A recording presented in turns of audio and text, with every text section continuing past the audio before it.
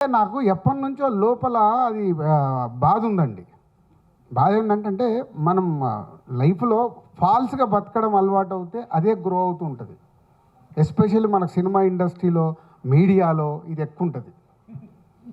మీరు కూడా ఇప్పుడు మీడియాలో అక్కడ తమ్లైన్ ఒకటి ఉంటుంది, లోపలికి వెళ్ళి చూస్తే ఇంకోటి ఉంటుంది కదా. అంటే మనం అట్రాక్ట్ చేయడానికి అది ఏం చేస్తున్నాము, అందరిని అట్రాక్ట్ చేయడానికి. మాకేంటి ఇప్పుడు ఒక ప్రొడ్యూసర్గా అరే ఒక జెన్యున్గా మనం చేస్తున్నప్పుడు అది ప్రేక్షకుల దగ్గరకు రీచ్ అవుతుంది. నేను ఇందాక చెప్పిందే, మనకు అది పల్స్ తెలవాలి, ఆడియన్కు ఇది రీచ్ అవుతుందా లేదా అని.